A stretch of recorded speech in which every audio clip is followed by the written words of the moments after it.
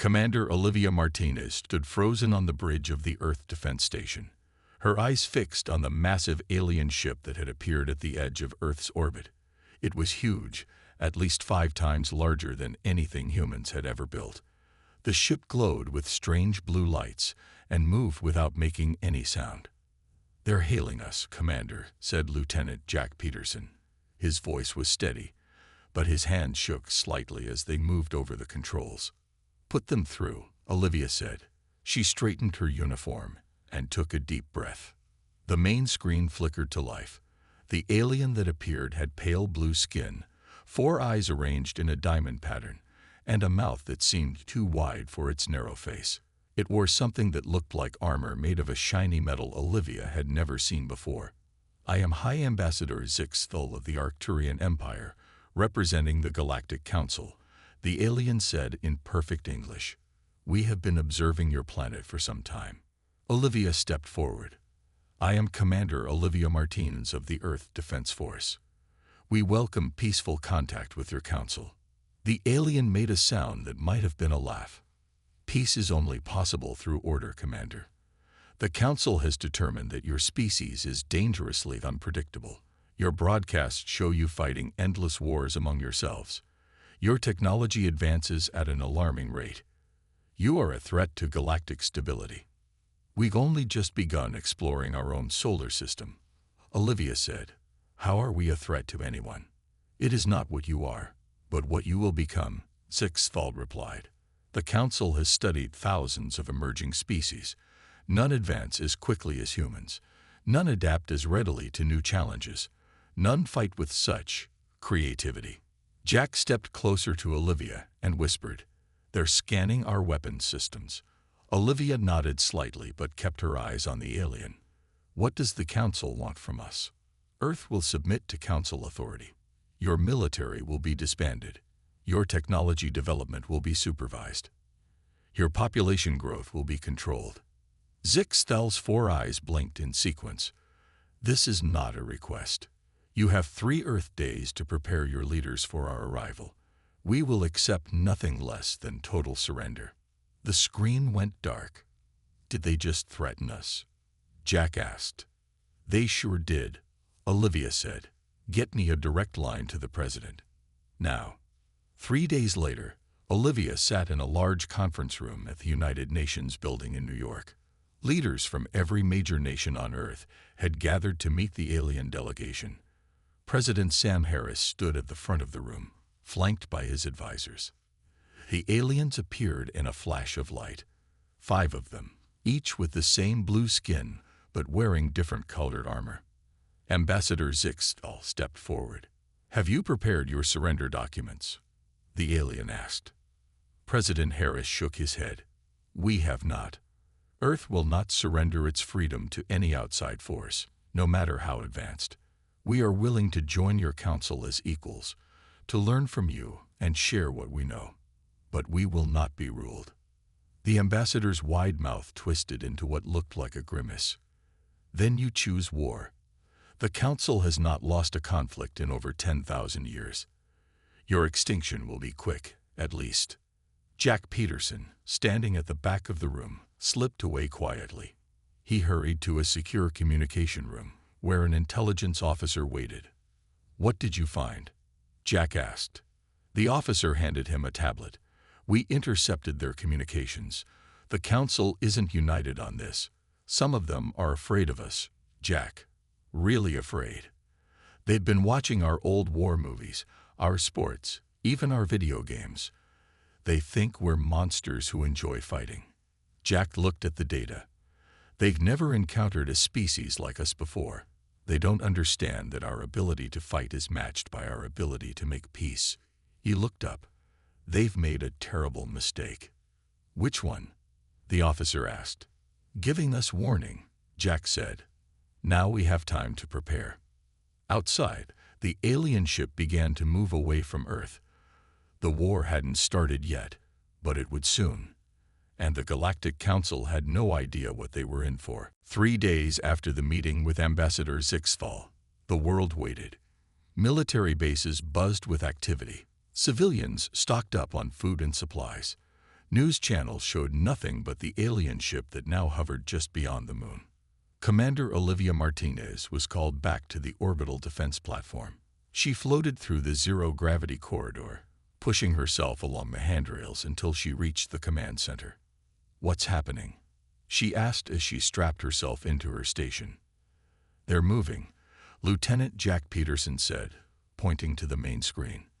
The alien ship was indeed moving, but not toward Earth.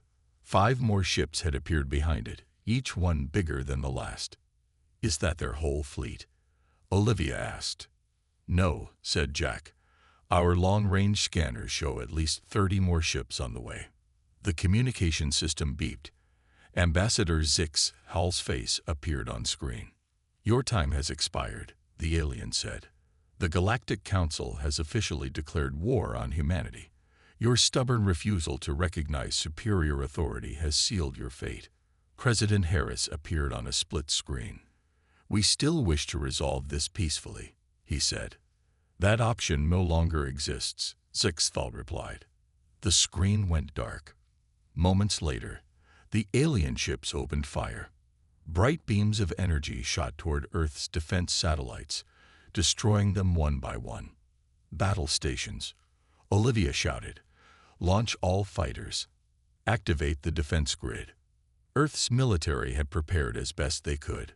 Fighter jets launched from bases around the world. Missile silos opened. The orbital platform's own weapons powered up. The aliens clearly expected little resistance. Their ships moved slowly, confidently. They didn't bother with evasive maneuvers. That was their first mistake. Earth's response was immediate and coordinated. Fighters swarmed the smaller alien vessels. Missiles streaked into space, targeting the larger ships. Some were shot down, but many hit their marks. "They didn't expect us to be ready," Jack said, watching the battle unfold. "They underestimated us," Olivia replied. "But this is just the beginning." At a secret underground facility, Dr. Susan Wright was busy studying alien biological data that had been collected from scans of the ambassadors. "Look at this," she said to her team. "These 3 species in the Council have respiratory systems that can't process high levels of nitrogen. And these 2 others have extremely sensitive hearing." "How does that help us?" asked one of her assistants. "It means they have weaknesses," Susan said. "Weaknesses we can exploit." She sent her findings to military command immediately. On the other side of the country, retired Marine William Grant was eating dinner when 2 officers knocked on his door. "William Grant?" one asked. "That's me," he said. "You're being reactivated, sir. Special assignment." William nodded. He'd been expecting this. "What's the mission?" "You're going to lead a team into one of their ships," the officer said. "We need to understand their technology, find their weak points." Breaking into an advanced alien vessel. William smiled slightly. "Sounds impossible." "That's why we need you, sir. You specialize in impossible." Back in space, the battle wasn't going as the aliens had planned. They had destroyed many of Earth's defenses, but had lost several of their own ships in the process. On the Council command ship, War Minister Krell slammed his fist down. "How are they doing this?" he demanded. "They are primitive. They should have surrendered at the first attack." "Perhaps we misjudged them," said another council member. "Nonsense," Krell replied. "They are just animals fighting back out of instinct. Bring in the second wave. We will crush them completely." But as the second wave of alien ships approached Earth, they faced something unexpected. Humans had already adapted their weapons to better target alien weaknesses. The Earth forces were learning, changing their tactics, working together in ways the Council had never seen before. As Olivia watched from the orbital platform, she allowed herself a small moment of hope. The war had just begun, and it would get much worse before it got better. But humanity wasn't going down without a fight. And the Council was about to learn just how big a mistake they had made. 3 weeks into the war, the Galactic Council was puzzled. Their military leaders had expected Earth to fall within days. Instead, humans kept fighting, kept adapting, kept surviving. Admiral Richard Barnes stood on the bridge of his command ship, formerly a cargo vessel before the war. Around him, crew members worked at stations that had been installed in a rush. The ship wasn't pretty, but it was effective. "Status report," Barnes said. "5 Council ships approaching Jupiter's moons," his second-in-command replied. "They seem to be setting up a base there." Barnes nodded. "Perfect. They're doing exactly what we wanted." He pressed a button on his console. All ships prepared to execute Operation Hornet's Nest. Across the solar system, 40 converted commercial vessels waited behind asteroids and small moons. Each had been fitted with military-grade weapons and shielding salvaged from downed alien craft. The aliens had superior technology, but humans had numbers and creativity. "Begin the attack," Barnes ordered. The human ships burst from their hiding places, swarming the alien vessels from all directions. The Council ships were larger and more powerful, but they couldn't fire in all directions at once. The smaller human ships darted in, fired, and retreated before the aliens could lock onto them. On the Council command ship, War Minister Krell watched the battle with growing anger. "What is this strategy?" he demanded. "They attack like insects." "It's working, though," said his tactical officer. "We've lost 2 ships already." "Impossible." Krell slammed his fist on the console. "They're using primitive vessels, cargo ships." "Modified cargo ships," the officer corrected. "And there are many of them." Krell growled in frustration. "Send in the dreadnought. Destroy them all." Back on Earth, civilian engineer Karen Rodriguez worked in a makeshift lab surrounded by pieces of alien technology. The room was filled with scientists and engineers all trying to understand how the alien tech worked. Karen held up a small device that had been recovered from a downed alien fighter. "I think I've got it," she said. "This isn't just a power source. It's also a communication device." Her supervisor looked up. "Are you sure?"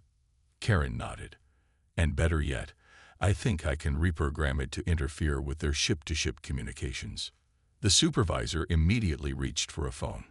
"Get me military command. Now." William Grant and his special operations team floated silently in space near a damaged Council ship. Their suits were modified with alien tech, making them nearly invisible to sensors. "Remember," William said over the team's secure channel, "we get in, grab everything we can about their weapons systems, and get out. No heroics." "Yes, sir," his team replied. They approached the hull breach, their magnetic boots allowing them to walk on the alien ship's surface. Using tools reverse-engineered from alien equipment, they cut their way inside. The interior of the ship was strange, with curved corridors and controls designed for hands with 6 fingers. The gravity was lighter than Earth's, making the humans feel bouncy as they moved. "Over here," one of the team members called. "I think this is their weapons control." William moved to examine it. "Download everything. We need to understand how their targeting systems work." As his team gathered data, William kept watch. The ship wasn't completely abandoned. Emergency systems were still running. And there might be survivors. "Sir," one of his team said quietly, "I think I found something even better. This looks like their tactical database, battle plans, fleet positions, everything." William smiled. "Copy it all. Earth just got a huge advantage." In the Council's Central Command Center, reports of human successes kept coming in. Ship after ship reported damage or defeat at the hands of the supposedly primitive humans. "How is this possible?"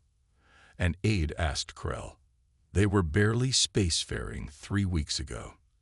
"They're learning," Krell admitted reluctantly. "They're taking our technology and adapting it for their own use." "No species has ever done that so quickly," the aide said. "No species has ever been like humans," Krell replied. "We may have miscalculated." It was the first admission of doubt from any council leader since the war began. And on Earth, as humans continued to fight and adapt and survive, it was becoming clear to everyone. This war would not be the quick victory the council had expected. The Council had truly made a grave mistake. 1 month into the war, a group of Council scientists met aboard their main research vessel. The room was filled with aliens of different species, all trying to understand the same problem. Why were humans so hard to defeat? "Look at their planet," said the lead scientist, pointing to images of Earth. "High gravity, extreme temperature ranges, unpredictable weather. They evolved in one of the harshest environments we've ever studied. But many species evolve in difficult conditions," another scientist argued. "Yes, but humans are different. They are persistent predators," the lead scientist explained. "In their early history, they would chase prey until it collapsed from exhaustion. They can keep going when most species would give up. And now they're using that same determination against us." The Council had never encountered anything like it. Most civilized species avoided conflict when possible. Humans seemed to thrive on it. Professor Alan Nelson walked through the underground military base, carrying stacks of old books. As a military historian, he had been called in to help Earth's defense forces. "You want me to study what?" asked General Frank Collins when Alan explained his plan. "Ancient warfare," Alan said. "The Council's military has fought the same way for thousands of years. They have no concept of guerrilla tactics, ambushes, or decoys. Their strategy is always direct confrontation with overwhelming force. And you think old human battle strategies will work against advanced aliens?" the general asked, skeptical. Alan nodded. Hannibal's tactics at Cannae, Napoleon's maneuvers, even simple things like fighting at night when some of their species have poor night vision. They don't expect any of it. The general thought for a moment, then smiled. "Start immediately. I want battle plans based on your best historical strategies." On the Council science vessel, a young scientist named Vix Nera worked alone in her lab. She had been studying human biology and was fascinated by it. Humans weren't as physically strong as many Council species, but they were remarkably resilient. Vix Nera looked around to make sure she was alone, then opened a secret communication channel. On her screen appeared Dr. Susan Wright. "Did you receive the data I sent?" Vix Nera asked quietly. Susan nodded. "Yes, it's helping us understand your weapon systems. But why are you helping us?" "This war is wrong," Vix Nera said. "Many Council scientists agree, but we are afraid to speak up. The military leaders pushed for this war without proper study of your species. What did they miss about us?" Susan asked. "Everything important," Vix Nera replied. "They saw your weapons in wars, but missed your art, your compassion, your cooperation. They don't understand that the same creativity that makes you good at fighting also makes you good at finding peaceful solutions." Captain Daniel Howard and his team approached the largest alien ship they had seen yet, a massive Council dreadnought. Their small craft was disguised to look like a Council supply ship. "Everyone clear on the plan?" Daniel asked. His team nodded. They were going to attempt something no one had tried yet, capturing the Council dreadnought. "Remember," Daniel said, "we need the command center intact. That ship contains the Council's entire command structure information." Their ship docked successfully, the Council forces accepting their fake identification codes. As they boarded, they moved quickly through the corridors, using the maps William Grant's team had stolen earlier. "Guards ahead," whispered his second-in-command. Daniel nodded and held up 3 fingers, counting down. When he reached 0, they moved in perfect coordination, using stun weapons developed from alien technology. The guards fell before they could sound an alarm. 20 minutes until they expect to check in, Daniel reminded his team. "Let's move." They fought their way to the command center, facing surprisingly little resistance. The aliens weren't prepared for invaders on their own ship. Inside the command center, Daniel quickly accessed the main computer. "I'm in. Downloading everything now." His team secured the room as the data transferred. They had just pulled off the impossible, the first successful human boarding operation of a major Council vessel. "Got it," Daniel said, holding up the data storage device. "Let's get out of here." As they retreated to their ship, alarms finally began to sound. But it was too late. The humans escaped with the most valuable intelligence prize of the war: detailed information about the Council's entire command structure. Back on their ship, Daniel smiled at his team. The Council thought humans would be easy to conquer. They're learning differently now. The human advantage was becoming clear: adaptability, creativity, and an absolutely stubborn refusal to give up. 2 months into the war, cracks began to show in the Galactic Council's unity. Ambassador Zixthal stood before the emergency council session, facing angry representatives from several member species. "Your war is failing," said the Proximan representative, his thin body glowing with a soft blue light. "Our ships continue to fall. Our soldiers continue to die. And for what? Because humans refuse to bow to us." "The humans remain a threat," Zixthal argued. "They must be contained." "Contained, yes. Exterminated, no," said another council member. "We have lost more ships in this conflict than in the last 100 years of peacekeeping across the galaxy." War Minister Krell stepped forward. "Then we must escalate. The Draconis fleet has planet-killing weapons. Let us use them and be done with this problem." A gasp went through the council chamber. Even in their worst wars, such weapons were considered off-limits. "You suggest genocide," the Proximan said. "I will not allow it. My people will withdraw from this conflict before participating in such an atrocity." Other representatives nodded in agreement. The council was dividing. Commander Olivia Martinez sat in a secure meeting room with Lieutenant Jack Peterson, reviewing the intelligence they had gathered about the council. "Look at these communications," Jack said, pointing to messages they had intercepted. "At least 5 species within the council are questioning the war." Olivia studied the data. "We need to exploit these divisions. Can we send targeted messages to each of these species?" Jack nodded. "Our linguistics team has broken their communication codes. We can make sure each doubtful council member learns exactly how badly this war is going for them." "Good," Olivia said. "And make sure they know we're willing to talk peace, but only as equals." Karen Rodriguez and Captain Daniel Howard worked together in a large hangar filled with alien technology. The data from the captured dreadnought had proven invaluable. "I think we've got it," Karen said, stepping back from the large device they had been building. "If this works, we can use their own transportation technology against them." "You mean we can teleport our forces onto their ships?" Daniel asked. Karen nodded. "Better than that. We can send our ships anywhere in the galaxy. We won't be trapped in our solar system anymore." Daniel smiled. "So we can take the fight to them." "Exactly," Karen said. "And they won't see it coming." War Minister Krell faced more resistance as he presented his plan to the Draconis High Command. "The humans must be destroyed completely," he insisted. "Every day we delay, they grow stronger. They learn more of our technology. They adapt." "And what will the rest of the council say?" asked the Draconis leader. "Many already oppose this war." "The rest of the council are weak," Krell spat. "The Draconis have always been the true military power. We should lead, not follow." "You speak of breaking the council," the leader said carefully. "That has never been done in 10,000 years." "Perhaps it is time," Krell replied, "for the good of galactic order." On Earth, President Harris met with his military advisors. Admiral Barnes showed him the latest battle reports. "We're holding them off," Barnes said.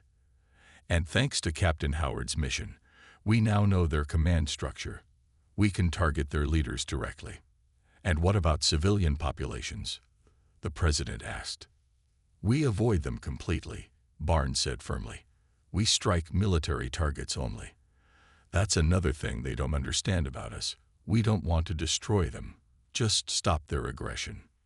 "Good," the president nodded. "The moment we start acting like monsters, we become what they accused us of being." Admiral Barnes pulled up a new display. "There's something else. We've detected unusual movement in their fleet. Several ships from different species seemed to be pulling back, separating from the main force. "The Council is splitting," the president said. "Our strategy is working." The tide was turning, not through overwhelming force, but through humanity showing both strength and restraint. The Council had expected savages. Instead, they found a species willing to fight fiercely to defend itself, but unwilling to commit atrocities even against those who had attacked them. And that realization was tearing the Galactic Council apart. 3 months into the war, humanity launched its first attack beyond the solar system. Admiral Barnes stood on the bridge of the newly completed ship, the Defiance. It was Earth's first true warship built with reverse-engineered alien technology. "All systems ready, sir," reported his second-in-command. Barnes nodded. "Begin the jump sequence." The ship hummed as the alien transportation technology activated. The stars blurred around them, and suddenly they were in a new system, thousands of light years from Earth. 5 other human ships appeared beside them. "Target acquired," said the weapons officer. "Council supply depot in range." "Fire," Barnes ordered. The human ships opened fire on the supply depot, carefully avoiding the residential areas nearby. Council defense ships scrambled to respond, but they were too slow. By the time they arrived, the human fleet had destroyed the military supplies and jumped away again. Similar attacks happened across Council space. Human ships appeared, struck military targets, and vanished before they could be caught. They never attacked civilian populations, focusing only on military infrastructure. The Council propaganda ministry was in chaos. Reports were coming in from multiple worlds about the precise human attacks. "They're only hitting military targets," said one communications officer. "Our citizens on Proxima IV are reporting that human ships actually warned civilians to evacuate before attacking the weapon factories." Ambassador Zixthal paced nervously. "This doesn't match our narrative. We told our people that humans are savage beasts who would destroy everything in their path." "Perhaps we were wrong about them," suggested an aide. "Silence," Zixthal snapped. "The Council cannot be wrong." William Grant and his special operations team prepared for their most dangerous mission yet. They had been training for weeks with the new transportation technology. "Our target is the Council's central communications hub," William told his team. "We'll jump directly inside, plant the package, and get out." "What's in the package?" one of his soldiers asked. "The truth," William replied. "All the internal Council communications we've intercepted showing that certain Council members pushed for this war to gain control of Earth's resources. They lied to their own people about us being a threat." The team transported directly into the communications hub. Alarms blared immediately.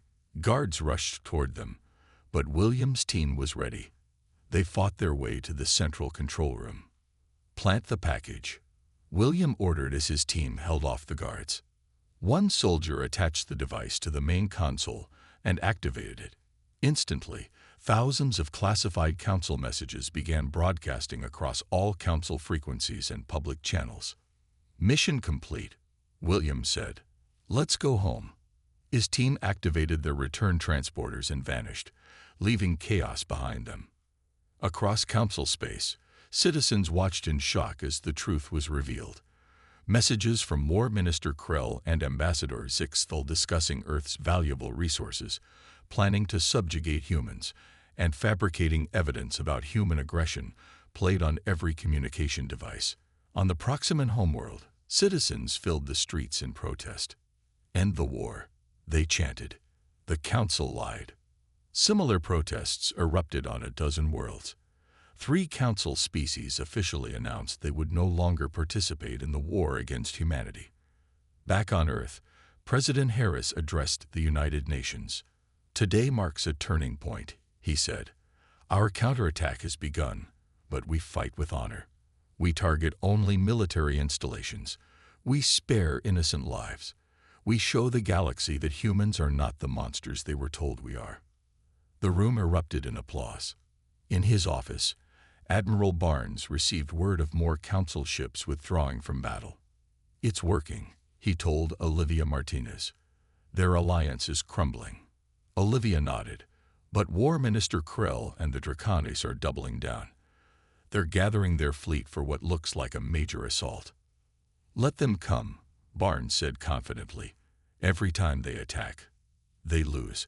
Every time we counterattack, we show restraint. The contrast couldn't be clearer. The war was far from over, but the momentum had shifted. Humanity wasn't just surviving anymore. They were winning. And they were doing it not just with force, but with truth and moral clarity. The Galactic Council's biggest mistake was becoming clearer every day. 4 months into the war, the Proximans made a decision that shocked the Galactic Council. Their representatives stood before the council chamber and formally announced their withdrawal from the war. Furthermore, the Proximan said, his body glowing brighter with emotion, "We offer our alliance to humanity. We have seen their restraint in battle and their willingness to spare civilians. They are not the savages we were told they were." 2 other species, the Altarians and the Centaurians, also announced their defection. Ambassador Zixthal watched in horror as his coalition crumbled. "This is treason," War Minister Krell shouted. "No," the Proximan replied calmly. "This is the correction of a grave mistake." Dr. Susan Wright and Vix Nera met face to face for the first time. The council scientist had defected along with her people, the Altarians, and now worked openly with humans. "Your communication system is ready," Vix Nera said. "With this, you can speak directly to all council species in their own languages." Susan smiled. "Thank you. This will help us establish formal diplomatic channels with those who want peace." Vix Nera hesitated. "There is something you should know. War Minister Krell and the Draconis are planning a final massive attack. They would rather destroy Earth than admit defeat. Then we need to stop them before they can launch their fleet," Susan said. Admiral Barnes met with the military leaders of the Proximans, Altarians, and Centaurians. It was strange to see these alien beings as allies now, when just months ago they had been enemies. "Our combined fleets can surround the Draconis staging area," said the Proximan commander. "But their ships are heavily armed." "We don't need to destroy them," Barnes said. "Just disable their command capabilities. Without central command, their fleet will be disorganized." He pulled up a holographic map showing the Draconis fleet positions. "Captain Howard will lead a mixed human-alien crew to infiltrate their command ship. Once inside, they can disable their communications and weapon systems." The alien commanders looked impressed. "You trust our people to join such an important mission?" asked the Centaurian. "This is our first joint operation," Barnes replied. "Trust must begin somewhere." Captain Daniel Howard looked at his unusual crew: 3 humans, 2 Proximans, an Altarian, and a Centaurian, all working together on the bridge of a stealth vessel. "Our mission is simple but dangerous," Daniel told them. "We will board the Draconis command ship using Altarian cloaking technology. Once aboard, we disable their systems and extract before they know what hit them." One of the Proximans raised a hand. "Captain, I fought against humans just weeks ago. Now I fight beside you. It is strange." Daniel nodded. "For us too. But that's what makes humans different from what the Council thought. We can adapt. We can forgive. We can work with former enemies when it makes sense." The aliens seemed impressed by this. Among Council species, grudges could last centuries. On the Council homeworld, political chaos reigned. News of the defections spread rapidly. Citizens protested in the streets, and in the main government building, a coup was underway. Moderate council members, led by a coalition of peace-supporting species, seized control of the council chambers. War Minister Krell and his supporters were arrested. Ambassador Zixthal fled before he could be captured. "The war against humanity was a mistake," announced the new council leader. "We acted out of fear rather than understanding. This council will seek peace." As Daniel Howard's mixed crew successfully infiltrated the Draconis command ship, they encountered less resistance than expected. Many Draconis officers seemed uncertain, their morale low after hearing of the Council coup. "They're confused," whispered the Altarian crew member. "Their leadership is in chaos." Daniel nodded. Perfect timing. They reached the command center and quickly disabled the ship's main systems. As alarms blared, they planted devices that would jam all fleet communications. "Mission complete," Daniel said. "Let's go home." As they escaped, the Draconis fleet fell into confusion. Without clear orders, many ships began to retreat rather than advance. The final attack on Earth had been prevented not through destruction, but through cooperation between humans and their new alien allies. Back on Earth, President Harris received the news with relief. "The tide has turned," he told his advisors. "Now we need to build a lasting peace."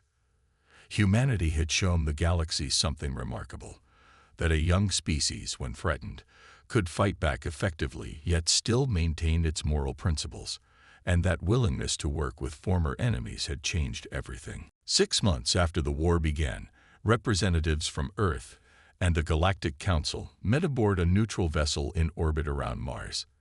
The atmosphere was tense but hopeful. The new council leader, a tall being with silver skin named Trelvox, stood before the gathered delegates. "On behalf of the reformed Galactic Council, I formally offer our surrender and most sincere apologies to humanity." A murmur went through the crowd. No one had expected the word surrender. Most had anticipated a negotiated peace at best. President Harris stood to address the gathering. "We do not seek your surrender. We seek only recognition as equals and assurance that Earth will never again be threatened." Trelvox bowed slightly. "You have more than earned that recognition." The Council's decision to declare war on humanity was the most catastrophic misjudgment in our 10,000-year history. Former Ambassador Zixthal, now stripped of his title and power, sat in disgrace at the back of the chamber. War Minister Krell was notably absent, having been imprisoned for his role in pushing for the war and attempting to use planet-killing weapons. "We propose a new alliance," Trelvox continued. "Not the old council where Earth would be a subject world, but a true partnership of equals. Your species has shown qualities we have forgotten: adaptability, creativity, and most surprisingly, mercy." 1 week later, Commander Olivia Martinez prepared for a new role. She studied her reflection in the mirror, adjusting the formal diplomatic uniform she now wore. "Ambassador Martinez," Lieutenant Jack Peterson said from the doorway, "the shuttle is ready." Olivia smiled. She was still getting used to her new title. "Thank you, Jack. Any last advice?" "Just be yourself," Jack replied. "That's what got us through this war, being human." Olivia nodded and boarded the shuttle that would take her to the Council homeworld. She was to be humanity's first ambassador to the reformed Galactic Council. It was a position no one could have imagined just 6 months earlier. Dr. Susan Wright and Vix Nera stood in a large laboratory filled with scientists from a dozen species. Human and alien researchers worked side by side, sharing knowledge and technologies. "Our medical techniques combined with your energy systems," Susan said, pointing to a new device they had created together. "It can heal injuries that neither of us could treat alone." Vix Nera nodded. "This is just the beginning. Imagine what we will create in 10 years. In 100. Susan smiled. "That's the thing about humans. We're always imagining the future." 5 years after the war ended, Lieutenant Jack Peterson, now a historian, sat in his office working on his latest book. His screen showed the title, "The War That Changed Everything: How Earth Joined the Stars." A message appeared from his publisher. The Centaurian translation is already a bestseller on 3 worlds. They can't get enough of human history. Jack smiled. In the 5 years since the war, human innovation had revolutionized interstellar travel, medicine, and communication. Earth ships now traveled freely through Council space. Human music, art, and ideas spread across the galaxy, embraced by species who had once feared them. On a distant world, a familiar face appeared in a university lecture hall. Former War Minister Krell, now released from prison, had taken on a new role as a historian and philosopher. The question we must ask, he told his students, is not how we could have been so wrong about humans, but what other mistakes our assumptions might be leading us toward. He activated a display showing Earth and its people. The humans taught us something we had forgotten in 10,000 years of peace. They showed us that true civilization isn't about having the most advanced technology or the oldest culture. It's about how you behave when threatened, how you treat your enemies, and whether you can imagine a better way forward. He looked out at his students, a mix of species including a few humans studying abroad. The day we declared war on humanity was our greatest mistake. The day we made peace with them was the beginning of our greatest advancement. Throughout the galaxy, former enemies had become partners. The Council had declared war on humanity and regretted it, but from that regret came a new and better future for all.